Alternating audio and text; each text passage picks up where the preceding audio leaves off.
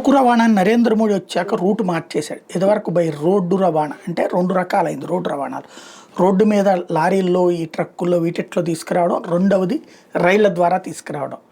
ఇది air transportation వచ్చి highly cost. ఎందుకని అది కింద 100 రూపాయలు అయితే అది 1000 రూపాయలు అవుతుంది. అది తక్కువే, బట్ అవి కూడా ఎక్స్పోర్ట్స్ ఎక్కువే అయినాయి. అయితే వీటన్నిటికంటే కూడా ఎక్కువ ప్రయారిటీ ఇచ్చుకొచ్చింది జల రవాణా. ఒకవేళ ఫర్ ఎగ్జాంపుల్ ముంబైలో సరుకుని విశాఖపట్నానికి తీసుకురావాలి, బై షిప్లోనే తీసుకొస్తున్నారు. బై రోడ్డు అయ్యే ఖర్చుతో పోల్చుకుంటే షిప్లో 40%తో అయిపోతుంది. By road transportation, by train ట్రాన్స్పోర్టేషన్తో పోల్చుకుంటే 40% తక్కువకు వస్తుంది. దేశంలో కూడా ఇంటర్నల్గా ఒక రాష్ట్రం నుంచి ఇంకొక రాష్ట్రానికి షిప్పుల ద్వారా ట్రాన్స్పోర్టేషన్ పెరిగిపోయింది. ఈ మధ్యన మోడీ వచ్చాక ఈ గుజరాతీ వ్యాపారస్తుడు కదా తెలివిగా నేర్చుకొచ్చినటువంటి, తెలివిగా ప్రజలకు అలవాటు చేస్తుంది ఇదే.